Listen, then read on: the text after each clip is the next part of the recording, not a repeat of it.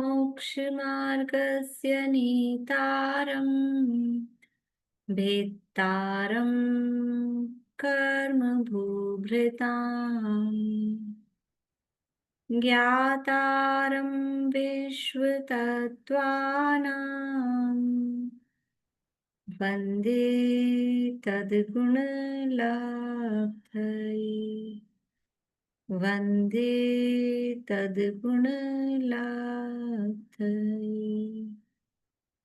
मोक्षमार्ग के नेता एवं कर्म पर्वतों के भेदक और विश्व के सब तत्वों के ज्ञायक चेतन संवेदक सद्गुण आप समान प्राप्त हो यही भावना भाकर दे विनय पूर्वक करूं वंदना बारंबार जिनेश्वर देव बारंबार जिनेश्वर देव।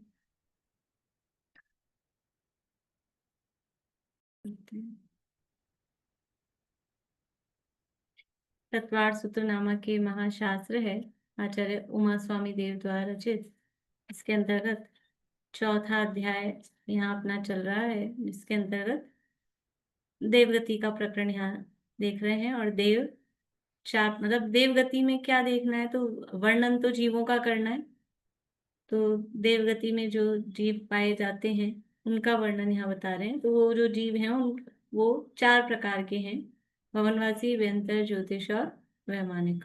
उनमें से ज्योतिष देवों की चर्चा यहाँ अपन कर रहे हैं कि वो ज्योतिष देव कहाँ रहते हैं और किस तरह से उनकी व्यवस्था होती है, क्या स्थिति है। देखो, देवगति देव देव के नाम से बस हमको तो चमाचम दिखती है और ऐसा लगता है कि बस, लेकिन वास्तविकता ये इसको जानने से कि वहां पर भी एक्चुअल में क्या है। अब कुछ देव ऐसे हैं जिनकी 24 आवर्स ड्यूटी क्या है, ये खींचते रहो सूर्य के, चंद्र के, विमान, ग्रहों के, नक्षत्रों के। वाभियोग्य जाति के, वो वाहन जाति के जो देव हैं, उनकी यही ड्यूटी है, यही काम कर रहे हैं। हमको लग रहा है देव हैं देव हैं देव हैं। तो वहां पर भी क्या क्या स्थिति है, कैसी कैसी वहां की पद्धति है, कहाँ वो रहते हैं, किस तरह की उनकी स्थितियां होती है। और ज्योतिष देवों की कुछ विशेष है, उनके विमान भी अलग टाइप के हैं और संचार करते हैं, गमन करते हैं 2.5 दीप के अंतर। तो उनकी क्या स्थितियां रहती है, वो सब अपन देख रहे हैं। काफी चीजें अपन ने देख ली है। कल उनकी अपन ने आयु और ये किरणें वगैरह, वाहन देव, ये सब कल अपन ने देखा था। अभी देखिए कि मैंने कल वो कहा था, मैं भूल गई, अभी याद आया मुझे, आज मैं भेज दूंगी। और कल जो अपन ने किया था तो किन्हीं का छूट गया हो, आज मैं भेज दूंगी आज से। ये तारों में एक तारे को भी 2000 देव खींचते हैं क्या? एक एक तारे के विमान को, हाँ। कि तारे तो जैसे एक एक चंद्रमा के ही कोड़ा कोड़ी है। हाँ हाँ, तो वो उन्हीं उन्हीं तार, वहाँ उस तारा जो विमान है उसमें जो देव रहने वाले हैं, तो उसमें अभियोग्य जाति के देव भी होते हैं। तो वहां रहने वाले अभियोग्य जाति के देव उस विमान को खींचते हैं, अगले तारा के लिए जो अभियोग्य जाति के देव हैं वो अगले वाले तारा को खींचते हैं। मतलब तो ऐसे जितने कोड़ा कोड़ी तारे हैं चारों को। उनसे कई गुना फिर देव हैं। हाँ हाँ, एक एक विमान में असंख्यात असंख्यात ज्योतिषी देव रहते हैं, एक एक विमान में। एक विमान में एक ही देव नहीं रहता है, नहीं, ये संख्यात रहते विमान हैं। ही असंख्यात हैं। ये सब हम्म। पूरे मध्य लोक के मिलाएंगे तो वो सब असंख्यात हो जाएंगे, और उसमें एक एक में असंख्यात असंख्यात देव रहते हैं। अपन लास्ट में देखेंगे, केवल आपको संख्या तो बताऊंगी ही, भले उसका भाव नहीं ख्याल आ पाएगा, क्योंकि जिनको गणित आएगी वो ही उसका भाव ख्याल कर पाएंगे। लेकिन सबसे ज्यादा संख्या ज्योतिषी देवों की होती है, सबसे ज्यादा संख्या। बोलिए आशा आंटी। मैं नहीं समझ पाई, ये 1100 2.5 दीप में मेरू पर्वत से 1121 योजन दूर। ये जो नक्षत्र है ना, नक्षत्र, देखो मतलब क्या है कि सूर्य की और चंद्रमा की पहली विधि तो है कितनी, 44,820 योजन दूर, वो तो उनकी। लेकिन जो नक्षत्रों की है, उन नक्षत्रों की अलग है, मतलब थोड़ी। तो वो नक्षत्र हैं, तो अभिजीत नक्षत्र है वो सबसे निकट रहता है, मूल नक्षत्र है वो सबसे दूर है। अभिजीत नक्षत्र है वो सबसे नियरेस्ट है, मतलब ऐसे अपन देखेंगे ना पास दूर में, तो अभिजीत नक्षत्र सुमेरु के सबसे पास है। एक मूल नक्षत्र है वो सबसे दूर है। इसी तरह से ऊपर नीचे में देखेंगे तो भरणी और स्वाति है। एक मिनट ये रहा, सबसे नीचे भरणी नक्षत्र है और सबसे ऊपर स्वाति नक्षत्र है। और एक बात और है कि जो हमको मतलब हमने ऐसा पढ़ा कि तारों की लोकेशन कहाँ पर है, 790 योजन पर। तो हमको ऐसा माइंड सेट हो जाता है बस तारे वही हैं, लेकिन एक्चुअल में उसको ऐसा लिखना चाहिए कि तारे स्टार्ट हो जाते हैं 790 योजन से, और 790 योजन से 900 योजन के बीच में अलग अलग हाइट पे तारे हैं। केवल 790 योजन पे ही सारे तारे नहीं हैं, 790 पे भी हैं और अलग अलग। वो तारों की बहुत डिटेल उसमें ऐसा ही दिया है तिलोपनति में कि वो उपदेश नष्ट हो गया है, तारों का भी और ग्रहों का भी ज्यादा उपदेश प्राप्त नहीं है। मतलब जो भी ग्रंथों में कहीं लिखा होगा तो वो सब नष्ट हो गए हैं। थोड़ा बहुत नक्षत्रों का है, थोड़ा बहुत सूर्य चंद्रमा का है, तो वो जो भी है वो भी अपने को बहुत लगता है और वो भी काफी समझने में दिक्कत लगती है। बोलिए आशांति, आवाज बंद है आपकी। तारे तो बिखरे हुए हैं, इनकी तो कोई वीथियां है नहीं, है हम्म। नहीं है ना, इनकी तो कोई वीथियां नहीं है, तो कहीं भी घूमते हैं। और हम्म। बाकी सबकी अपनी अपनी वीथियां हैं। हाँ, बाकी सबके अपने अपने हैं। बाकी सबके अपने अपने रास्ते बने हुए हैं, बस तारे भी इधर उधर बिखरे टकरे हुए जाते हैं तो कहीं भी घूमते हैं, तो ऐसा तो नहीं है कि कहीं भी घूमते हैं जिस तारीख की, मतलब क्योंकि कहीं भी घूमेंगे तो आपस में टकरा जाएंगे, ऐसा नहीं है। पर इस तरह से वीथियां नहीं है जैसे सूर्य चंद्रमा की जो प्रॉपर सेट वैसी है, वो उनका अपना जो भी रहता है उस हिसाब से वो घूमते हैं, पर बहुत ज्यादा उनकी डिटेल प्राप्त नहीं है। लेकिन जैसे बोलते हैं नक्षत्र का प्रभाव पड़ता है, तो क्या वास्तव में ऐसा होता है? जैसे इसे शुक्र बृहस्पति अपन लोग डेली लाइफ में भी ये लोग यूज करते हैं, तो ऐसा होता है क्या? ये इनका प्रभाव पड़ता है नक्षत्र का? देखो वो सब केवल एक निमित्त नैमित्तिक संबंध है। एक ही नक्षत्र, जैसे अभी जो भी चल रहा है, जैसे वो ये होते हैं ना, राशियां भी होती है, नक्षत्र भी होते हैं, तो वो ओवरऑल वर्ल्ड में एक ही रहेगा ना वो तो। भाई जो जो भी हाँ नक्षत्र चला वो तो वही है ना। अभी जो जैसे संक्रांति आई तो भी कर्क अपन उस अपने को वो समझ में आता है, इसलिए उदाहरण के लिए वो दे रही हूँ। तो वो संक्रांति वो आई है आज, तो वो ओवरऑल वर्ल्ड में सबके लिए है, लेकिन वो किसी के लिए शुभ होती है, किसी के लिए अशुभ होती हाँ। है, तो ये तो सब पर्सनल हुआ ना इसका मतलब। तो इफेक्ट किसका पड़ रहा है? इफेक्ट तो अपने उदय का होता है, और वो अपने उदय के साथ में वो शनि शनि आ गया, शनि भारी होता है, और इधर हमारे भी असाता का उदय आ गया, तो वो शनि का नाम लग जाता है उसमें। तो निमित्त नैमित्तिक संबंध है खाली। इधर हमारे असाता का उदय होता है, कर्म पाप कर्म का उदय होता है, तो पाप कर्म का उदय होता है तो उधर ज्योतिषी देवों में वहां उस समय क्या पोजीशन होती है, वो वहां आसमान में रहते हैं, यहाँ हम हैं। अभी वो क्या आके करते हैं, जैसे वो तो ऐसा ही है ना, ऊपर सूर्य आसमान में, नीचे तालाब में कमल है। सूर्य ने कमल को खिलाया, क्या कैसे खिलाया, आके बैठ उठ के, जैसे अपन बच्चों को उठाते हैं हिला हिला के, उठो उठो टाइम हो गया स्कूल जाने का, ऐसे वो उठा के उठो उठो खिलो, ऐसा कुछ करता है? कुछ नहीं, नहीं, केवल निमित्त निमित्त नैमित्तिक संबंध है। तो ऐसे ही वो नक्षत्र होते हैं, अपने हिसाब से संचार करते हैं। और इधर यहाँ हमारे कर्म का उदय जैसा होता है तो बस उस पर नाम डाल देते हैं। आदत यही है ना हमारी, जन्म जन्म की, दूसरों पे मरना। तो बस वो दूसरों पे मरने की, ऐसे वो नक्षत्रों पे ग्रहों पे डालने की, वो आदत के कारण, बाकी कुछ नहीं। ना कोई ये पहन लो वो पहन लो तो कुछ बदल रहे हैं। किसके बदलते हैं? ये अंगूठी हीरा वीरा जो भी पन्ना माणिक, वो पहन के भी किसके बदलते हैं? ये जिसके अंदर पुण्य का उदय होता है, अंतरंग निमित्त वो है। निमित्त भी देखना है ना, तो अंतरंग निमित्त वो है। असली निमित्त कर्म का उदय है, और वो भी निमित्त ही है। और निमित्त क्या है? निमित्त केवल है, वो कार्य का कर्ता नहीं होता। और कार्य का कर्ता कौन है? कि जो द्रव्य जिस रूप परिणमित हो रहा है, वो कार्य का कर्ता होता है। तो जिस समय जिस जीव के जिस रूप परिणमन होने की योग्यता है, वो अपनी योग्यता से ही वैसा परिणमित होता है। उसमें कर्म का उदय वो थोड़ा अंतरंग निमित्त यानी क्लोज निमित्त है, और बाहरी ग्रह नक्षत्र और वो दुनिया भर की बातें वो तो सब बहुत दूर के निमित्त हैं, बहुत बहुत स्थूल निमित्त हैं। बोलिए। मैम ढाई दीप में कुछ तारे मतलब स्थिर भी होते हैं जो हाँ, गमन नहीं वो करते, चर्चा अभी करेंगे, आज करने वाले हैं वो चर्चा। ध्रुव तारा पड़ा था कहीं ऐसे। अभी कर लें। बोलिए भाई साहब। जैसे सौरमंडल में उल्कापात की घटना होती है, पर जैन देशों में कोई ऐसी घटना उल्का वर्णन है? आपकी आवाज आजकल बहुत क्लियर नहीं आ पाती है। उल्कापात जैसी कोई घटना है जैन जैसी? उल्कापात के लिए पूछ रहे हैं? हाँ, उल्कापात क्या होता है? जैसे यहाँ पर होता है ना कि कोई तारा टूट के गिरता है, उसको उल्कापात कहते हैं। ऐसा तारा जैन जैसी? टूटता है, हाँ ठीक बात है। हम ऐसा सुना है और ऐसा देखा है, तारा टूट गया, उल्कापात हो गया। तो तारा टूट जाता है क्या? अब आप लोग बताइए, तारा टूट सकता है क्या? ये नहीं, वो तो ज्योतिष देवों का विमान है, और ये सारे विमान अनादि निधन अकृत्रिम, इनका कभी नाश नहीं होगा। जितने भी ये विमान है, विमानों का नाश नहीं होगा। उसमें रहने वाले जो पृथ्वी का एक जीव, कल बताया था, वो जो विमान है, वो विमान में पृथ्वी का एक जीवों का पिंड है वो विमान। तो वो पृथ्वी का एक जीव अपनी अपनी आयु के हिसाब से उनकी आयु पूरी होती है, मरण को प्राप्त होते हैं, तो पुनः वही या अन्य जीव उसमें जन्म लेते हैं। लेकिन वो जो बॉडी है, मतलब वो जो उसका आकार प्रकार है, वो बराबर बना ही रहता है, वो कभी नष्ट नहीं होता।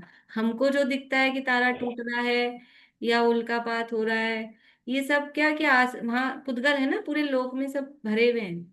ये पूरा लोक, कल ही 85 में गाथा आई थी, ये पूरा लोक सूक्ष्म और स्थूल पुद्गलों से ठसाठस भरा हुआ है। तो सूक्ष्म पुद्गल जो अपने को दिखाई भी नहीं देते और बाधित भी नहीं होते, इसके अलावा स्थूल पुद्गल भी बहुत हैं। जैसे खिड़की में जाली सी होती है, तो सुबह सुबह वो उसमें से सूर्य की किरणें आ रही हो, तो फिर अपने को कुछ कण दिखते हैं, देखे होंगे सभी ने। तो हाँ, ऐसे तो वो नहीं दिख रहे थे, लेकिन वो सूर्य की किरणों से वो दिखने लगे, मतलब वो भरे थे, वो सब बारीक जो धूल के कण हैं। तो ऐसे पूरा लोक भरा हुआ है। तो ऊपर अंतरिक्ष में भी, वहां भी कोई पुद्गलों का इस तरह का संगठन, मतलब विघटन वगैरह होता है, और उसमें से कुछ चमक इत्यादि इस तरह की निकलती है। तो वो यहाँ अपने को दिखाई देती है। जैसे बादल भी पौद्गलिक हैं, पुद्गल हैं। तो वहां ऊपर आसमान में भी ऐसे पुद्गलों के स्कंद वगैरह वहां पर भी हैं। तो उनमें कुछ जो इस तरह का परिणमन होता है, तो वो अपने को दिखाई देता है। तो उसको अपनी भाषा में वो तारा टूट रहा है कि उल्कापात हो रहा है, ऐसा नाम दे दिया जाता है। ठीक है, मतलब ये तो निश्चित है, और इसमें दृढ़ विश्वास अपने को होना चाहिए, श्रद्धान होना चाहिए कि तारा तो टूट नहीं सकता जो तारा है, क्योंकि वो देवों का विमान है। वो टूट जाएगा तो देव कहाँ जाएंगे सारे? उधड़ाम धड़ाम नीचे आके गिरेंगे असंख्यात देव अपने ऊपर। तो वो जैसे प्लेन क्रैश हो गया हॉस्पिटल पे ऐसे हमारी क्या स्थिति होगी? इसलिए वो तारा नहीं टूट सकता है। कोई ठीक है। भ्रमण करता हुआ तारा नीचे की तरफ भ्रमण कर रहा होगा तो लग रहा होगा तारा टूट गया। ऊपर भ्रमण कर रहा था, नीचे आया हो थोड़ा बहुत।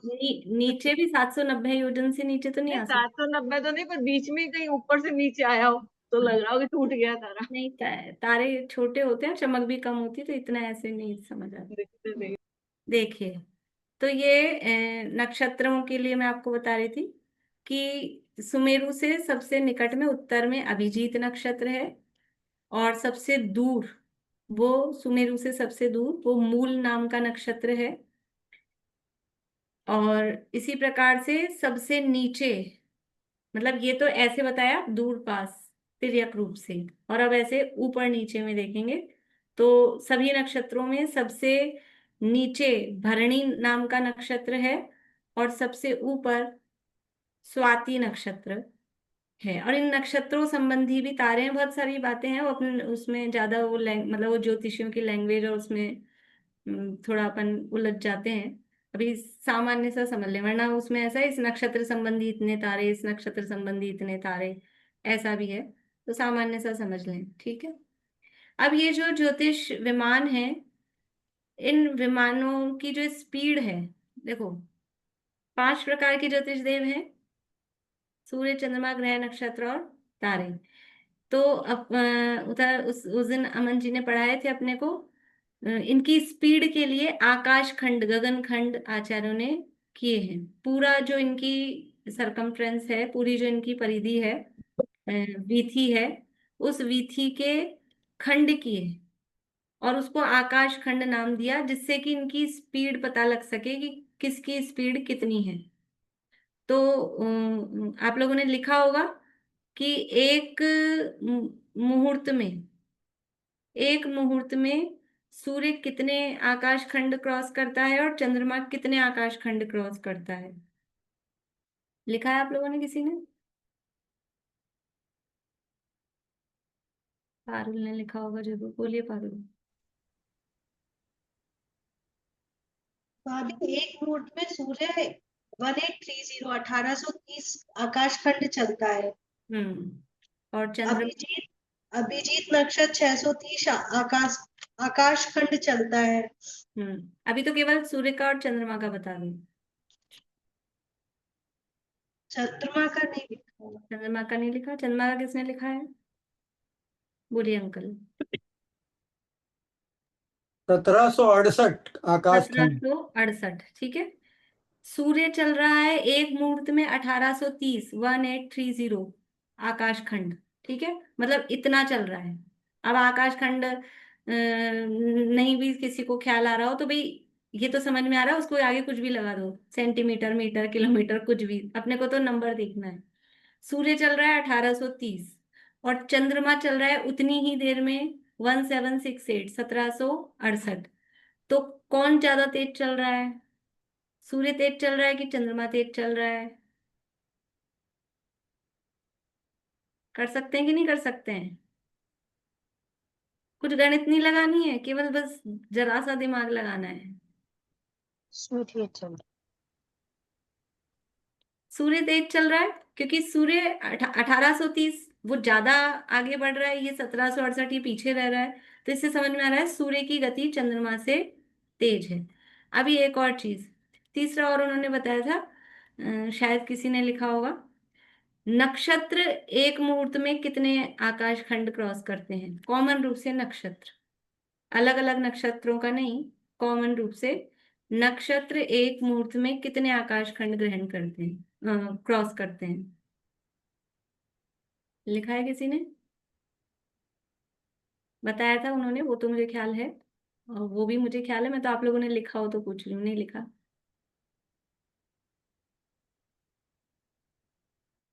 नक्षत्र करते हैं 1835, 1835।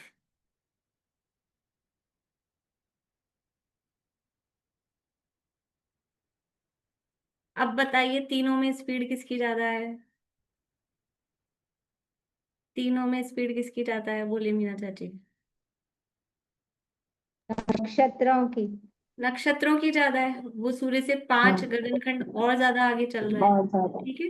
तो इन तीनों में तो अपने को पता लग गया कि सबसे धीरे चल रहा है चंद्रमा, उससे थोड़ा तेज चल रहा है सूर्य, उससे और तेज चल रहे हैं नक्षत्र। इन तीन का तो फाइनल हो गया।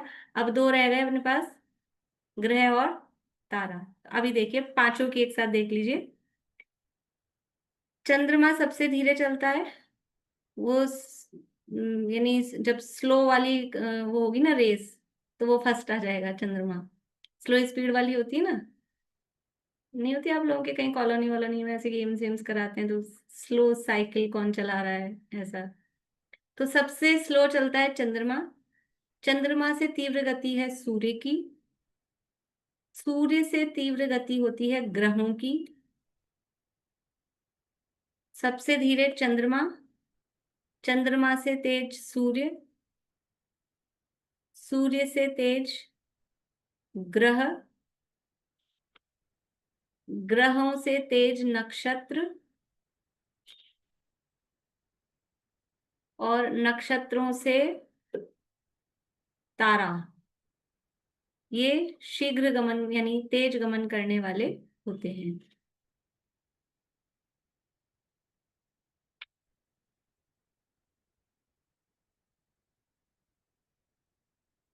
सबसे धीरे चंद्रमा, उससे तेज सूर्य, उससे तेज ग्रह, उससे तेज नक्षत्र और सबसे तेज तारा की स्पीड होती है।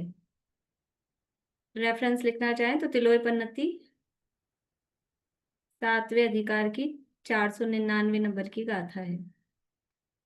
तिलोयपन्नती 7वां अधिकार गाथा 499 499।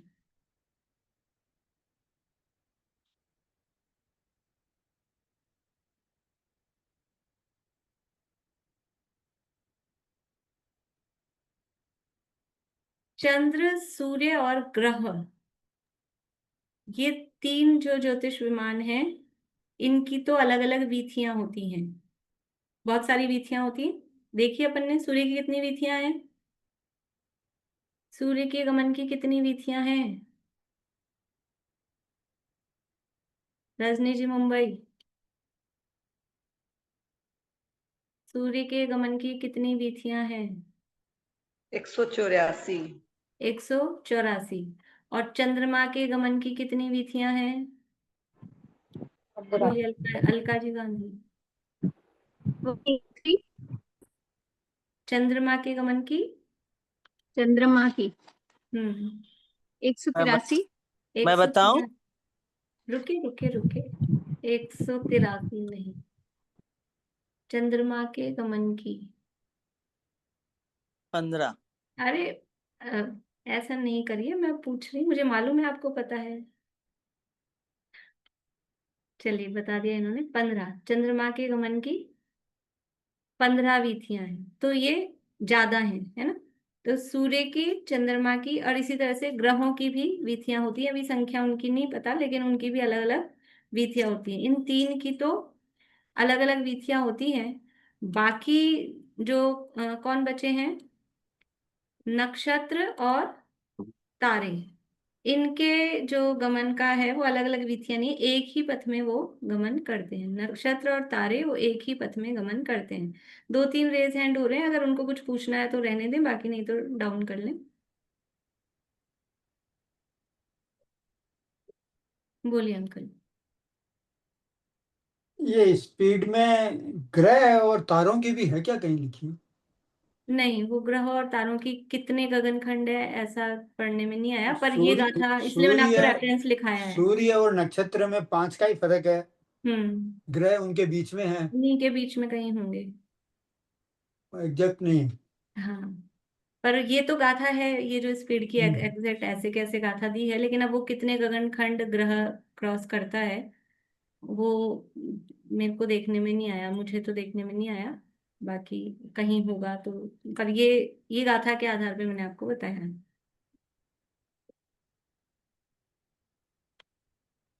ठीक है। तो सूर्य, चंद्र और ग्रह, इनकी तो अलग अलग बहनी काफी वीथियां हैं, लेकिन जो नक्षत्र और तारे हैं वो एक ही पथ में गमन करते हैं। नक्षत्रों का उस दिन अमन जी ने भी बताया था कि वो चंद्रमा की 15 वीथियों के बीच में ही उनकी 8 वीथियां हैं, और जो जहां से जहां तक गमन करता है वो उनका सब पूरा सिस्टम है। मतलब ये पूरा सिस्टम है उनका, वो उस चित्र के माध्यम से उन्होंने दिखाया भी था।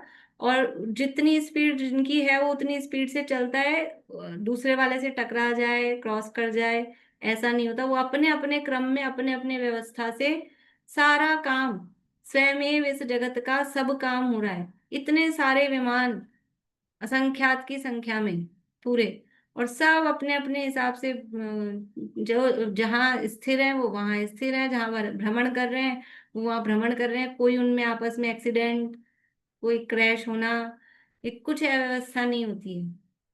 और कौन चलाएगा, कौन करेगा, कि किसी के सिर पे भार नहीं। ये वाहन देव भी मैंने कल भी कहा था, ये तो केवल एक कहने के हैं बस, बेहान चलाने के। जैसे ऐसे होता है ना, बच्चों को कार ला दो खिलौने वाली, और वो उसको बिठा देते हैं, या साइकिल समझ लो छोटे बच्चे की बिल्कुल, और पीछे से धक्का तो अपन लगाते हैं, वो सोचता है मैं चला रहा हूँ। तो यहाँ तो फिर भी अपन धक्का लगा रहे हैं, लेकिन वो चल रही है अपने आप। तो वो सब अपने आप सहज परिणमन होता है। इन सबको देख के ऐसे क्रमबद्धता, व्यवस्था, ये सब ख्याल में आती है, किस तरह से पूरे लोक में सब चीज व्यवस्थित है। कहीं कोई ये करने जाए तो कौन करे इनको, इतने इतने इतने को। आदमी पागल हो जाए करने जाए तो, लेकिन सब अपने आप सेट सारा व्यवस्था रहती है। बोलिए रेणु जी।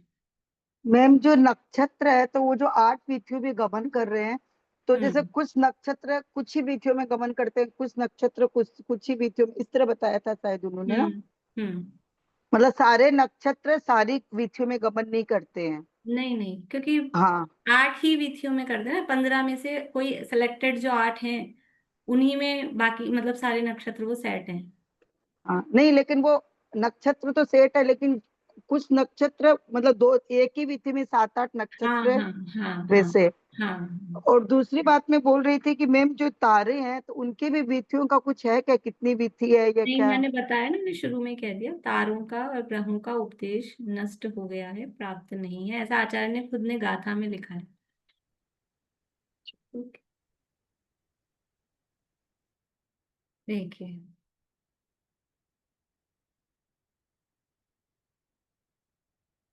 अब ये थोड़ा तारों की ध्रुव तारों की बात कर लेते हैं। अपन ने ये तो कर लिया था कि 2.5 द्वीप में कितने चंद्र परिवार हैं, हो गया था ना ये टॉपिक। जम्बूद्वीप में 2 हैं, फिर लवण समुद्र में 4, धात की खंड में 12, कालोदरी समुद्र में 42 और पुष्कराज में 72। इस तरह से 132 चंद्र परिवार। तो 132 चंद्र, 132 सूर्य, फिर 132 को गुणा करें ग्रहों से की संख्या से, 132 को गुणा करें नक्षत्रों से, यानी 28 से, 88 से, और 66,975 कोड़ा कोड़ी से, तो वो टोटल संख्या निकल के आ जाएगी। ये सब होमवर्क है, कर सकते हैं, मतलब उपयोग लगाने के लिए, लिखने के लिए, मतलब ये सारा काम अपन कर सकते हैं। अब 2.5 द्वीप में कुछ तारे ऐसे भी होते हैं। देखो 2.5 द्वीप के बाहर तो सारे बहिरावस्थिता, बाहर तो सारे ही सूर्य चंद्रमा ग्रह नक्षत्र सारे ही स्थिर हैं, तो वहां तो अलग से कहने की जरूरत ही नहीं है। लेकिन मेरु प्रदक्षिणा नित्य गति और नृलोके, मनुष्य लोक में ये निरंतर मेरु की प्रदक्षिणा रूप से घूमते रहते हैं, ये कहा है। लेकिन फिर भी कुछ तारे ऐसे हैं जो कि वो 2.5 द्वीप में होने पर भी वो स्थिर रहते हैं। उनको ध्रुव तारा नाम सुना होगा बचपन से ही, ध्रुव तारा, कहानियां भी चलती हैं उसकी कुछ कुछ। तो वो ध्रुव तारे होते हैं, पर वो एक नहीं होता ध्रुव तारा, कितने होते हैं वो अपन देखते हैं। रूपम जी कुछ पूछ रहे हैं? दीदी कालोदती में 46 हैं कि 42? 42, 42 टोटल करेंगे तो 132 आना चाहिए। 2, 4, 12, 42, 72। ठीक। तो 2.5 द्वीप यानी 2.5 द्वीप में क्या क्या आता है? 2.5 द्वीप में क्या क्या आता है? आपने कुछ पढ़ रखा है संगीता जी, नाहर? नहीं, ठीक है, कोई बात नहीं। इंदिरा जी, कालीकट, आपको मालूम है 2.5 द्वीप में क्या क्या आता है? आवाज चालू करके बोलिए।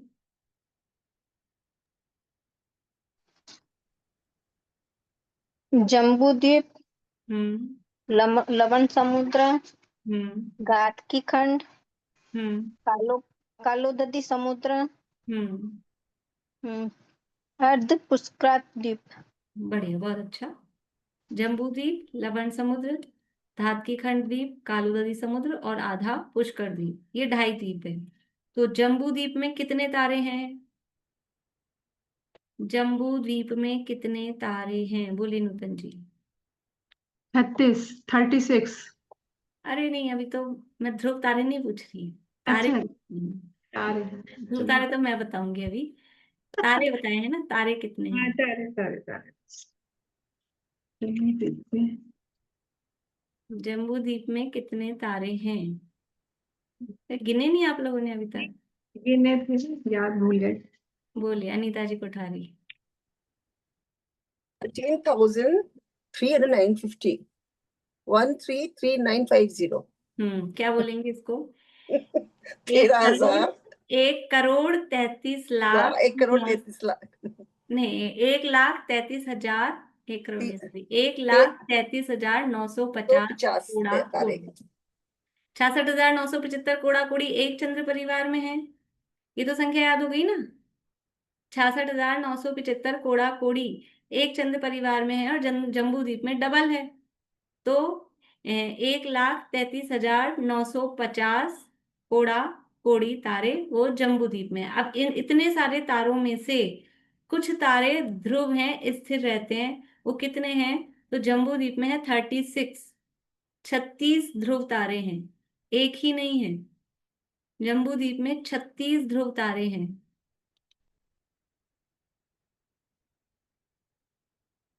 लवण समुद्र में 139 139। लवण समुद्र में 139 139। धातकी खंड में 1010 1010। धातकी खंड में 1010। कालोदधी समुद्र में 41,120 41120। 41,120 41120।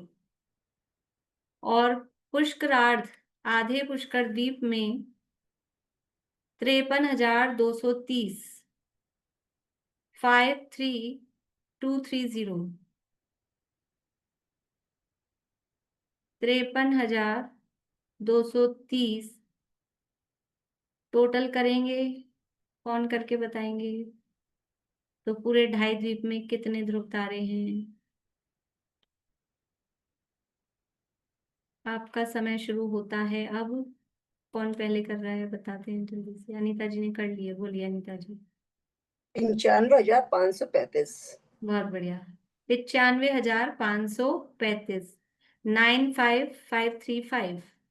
95,535 टोटल 2.5 द्वीप में ये ध्रुव तारे हैं जो स्थिर रहते हैं, अचल रहते हैं, गमन नहीं करते। बाकी सब निरंतर परिभ्रमण करते हैं, पर ये इतने तारे वो भ्रमण नहीं करते। दीदी, हम्म। मेरी किताब में गलत छपा होगा, इसमें ज्यादा लिखा है, 1 0 ज्यादा है। 5,25,300 आपकी होगी सही, इसलिए मैं अपना काट लूं।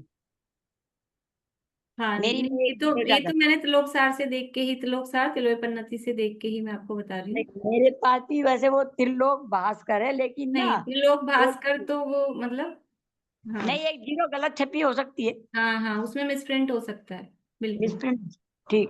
हाँ,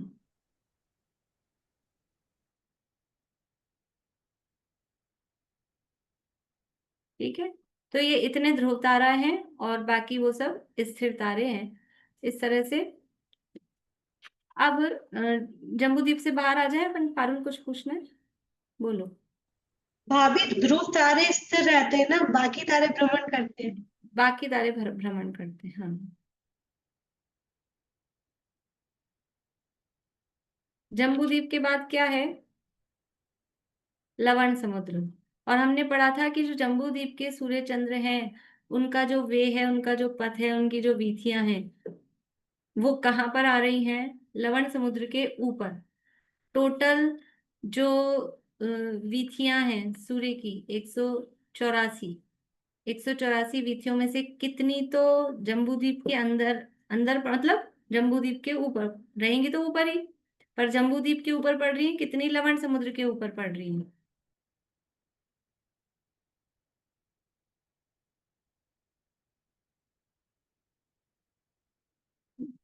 बोलिए चित्रा जी।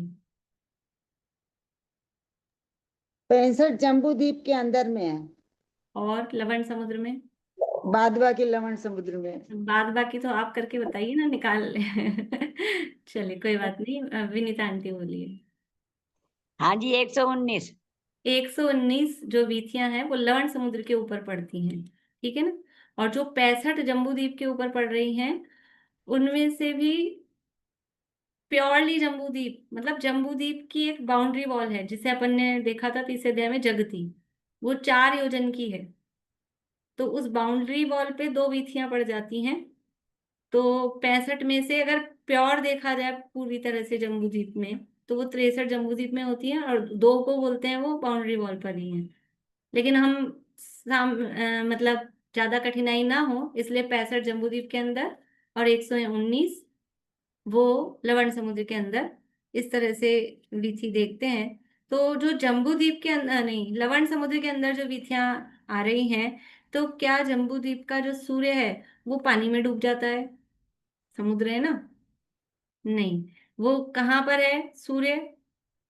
800 योजन की हाइट पर है। लेकिन लवण समुद्र का पानी ऊपर भी तो आता है, ये पानी ऐसे ही रहता है लवण समुद्र का? देखो, और जो समुद्र है ना, वहां तो वाटर लेवल ऐसे ही रहता है, लेकिन लवण समुद्र में हमने देखा था उसकी शेप कैसी है। नाम बताइए, लवण समुद्र की शेप क्या नाम दिया था उसको? आज है असली परीक्षा, जिनको याद है। बोलिए ललतेज जी, और भी लोगों के हाथ खड़े हो रहे हैं। उल्टी रखी हुई नाव के समान। हाँ, एक सीधी नाव पे दूसरी उल्टी रखी हुई नाव, नाव के आकार की उसकी शेप देखी थी।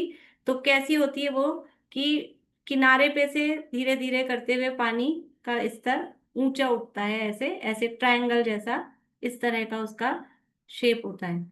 तो जो जम्बूद्वीप के सूर्य हैं, पर वो लवण समुद्र में पानी में नहीं डूबते, क्योंकि वो जो जल का स्तर ऊंचा हो रहा है, उसके भी पूरा मतलब नियम है, सिस्टम है कि कितने आकाश के प्रदेशों पर कितना पानी ऊपर जा रहा है, फिर कितने आकाश के प्रदेशों के बाद कितना पानी, प्रदेश छोड़ो, मतलब कितने सेंटीमीटर के बाद कितना पानी ऊपर आएगा, फिर कितने सेंटीमीटर के बाद कितना पानी ऊपर आएगा। तो जब आप लोग सीधा लिख लीजिए, मैं हिसाब किताब नहीं लगवा रही आप लोगों से। जम्बूद्वीप के सूर्य चंद्र सूर्य केवल सूर्य, चंद्र का अलग लिखेंगे क्योंकि दोनों की हाइट अलग है। जम्बूद्वीप का सूर्य लवण समुद्र में जल के स्तर से, वाटर लेवल से 744 सही 744 सहित 744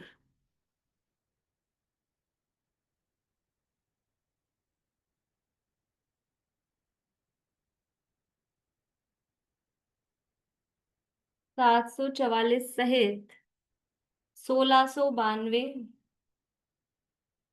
बटा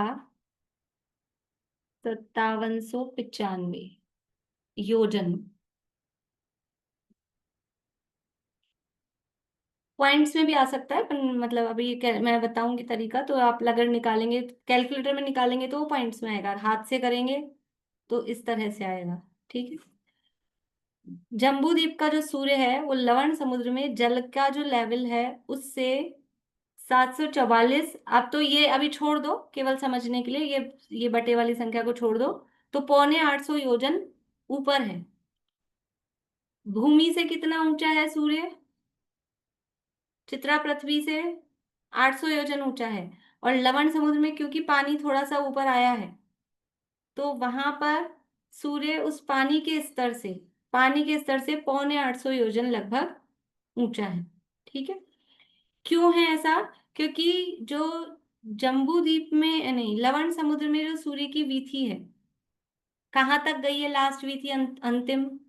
लवण समुद्र में कितनी दूरी तक अंतिम वीथी गई है? बोले रेणु जी। 330 योजन तक। 330 योजन, है ना। लवण समुद्र टोटल कितना है? लवण समुद्र टोटल कितना है? 2 लाख योजन का है एक साइड में, 2 लाख योजन का है ना, ये इधर जम्बूद्वीप है। तो यहां से केवल 330 योजन ही तक जम्बूद्वीप के सूर्य की वीथियां हैं। तो किनारे से, समुद्र के किनारे से और 330 योजन ऊपर जाएंगे तो पानी कुछ ऊंचा उठेगा कि नहीं उठेगा? उठेगा। लेकिन वो कितना ऊंचा उठेगा? कि बस इतना ही ऊंचा उठा है, 55, लगभग 55 योजन तक, है ना। तो वो कम किया इसमें से, तो उतना ऊपर है। लिखवा देती हूँ मैं आपको। भूमि से सूर्य की ऊंचाई कितनी है? 800 योजन। और 330 योजन भीतर लवण समुद्र के जल का स्तर, 330 योजन भीतर लवण समुद्र के जल का स्तर वो है 55 सहित 4123 4123 बटा 5795 योजन। ये है जल का स्तर। 330 योजन आगे जाएंगे किनारे से, लवण समुद्र के किनारे से 330 योजन आगे जाएंगे तो पानी ये 55 योजन लगभग ऊपर उठेगा। और सूर्य कहाँ है? सूर्य 800 योजन पे है। तो अब ये वाली दूरी निकालने के लिए क्या करें अपन? 800 माइनस 55 सही, ये 4123 बटा 5795। 800 में से ये घटा देंगे तो आंसर आ जाएगा ये। ठीक है, आपसे कैलकुलेशन नहीं करा रही, करके रखिए। वो अब कैलकुलेटर में कर सकते हैं, उसके लिए ये ये पॉइंट्स निकालना। 1692 और 4123, या हम्म तो 4103 होना चाहिए या वो 1672 होना चाहिए, क्योंकि 5795 होना चाहिए दोनों का जोड़।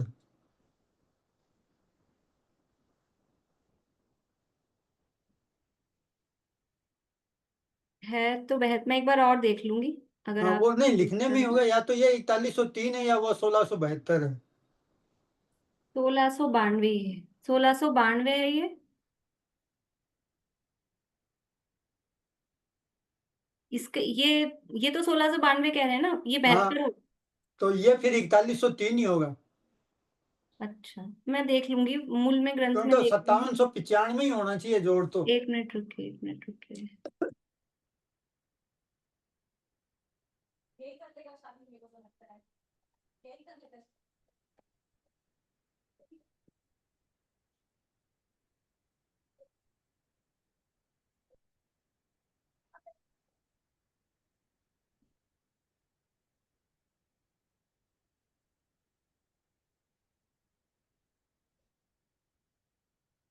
इसमें दिया नहीं, ये मैं चेक कर लूंगी, हो सकता है लिखने में मेरे गलत आ गया हो, इसको मैं चेक कर लूंगी। ये अभी आप समझ लीजिए, अपना समय हो रहा है। हाँ ये हाँ, वाटर लेवल कैसा है, ये देखिए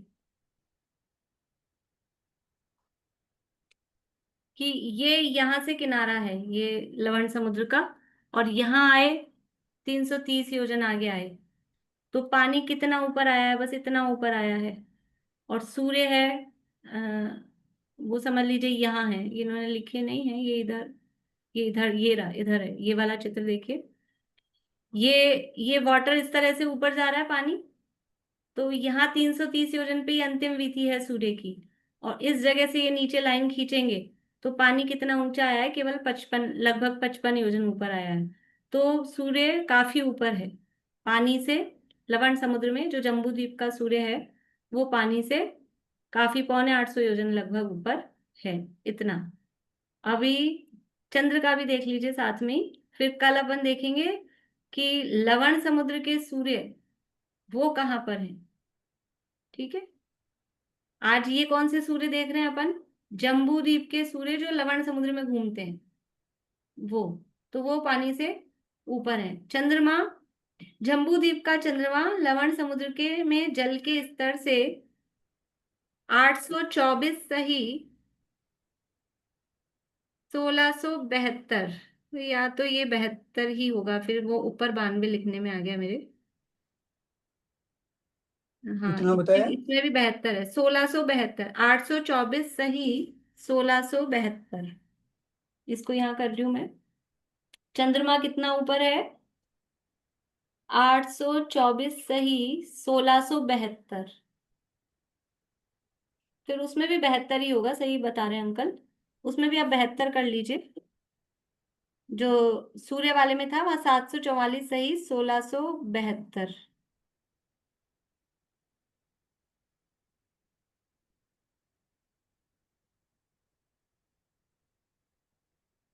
अभी तो ये चंद्रमा कितना ऊपर है जल के स्तर से? 824 सही 1672 बटा 5795।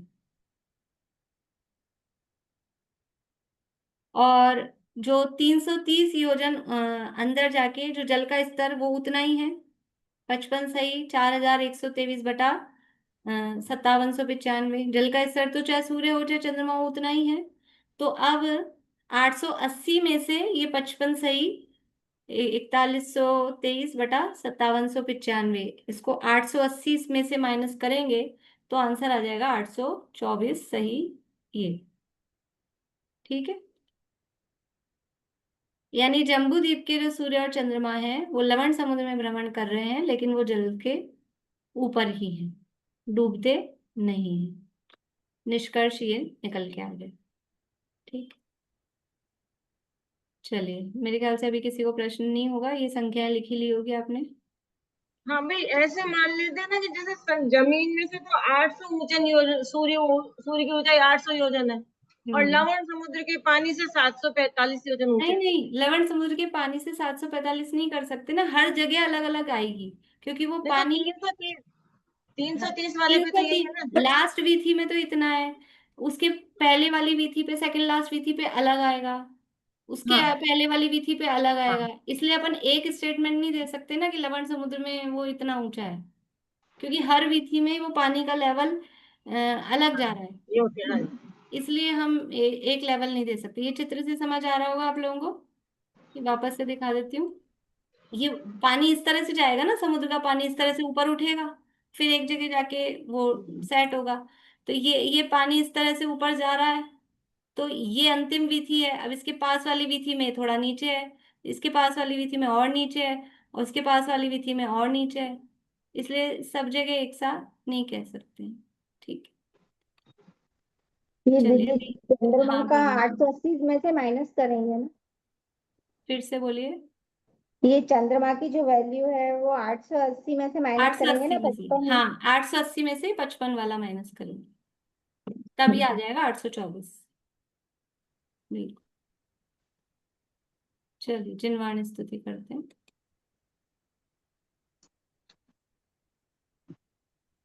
अंकल आपको कुछ बोलना है? नहीं? हाँ सरिता जी, जिनवाणी स्तुति।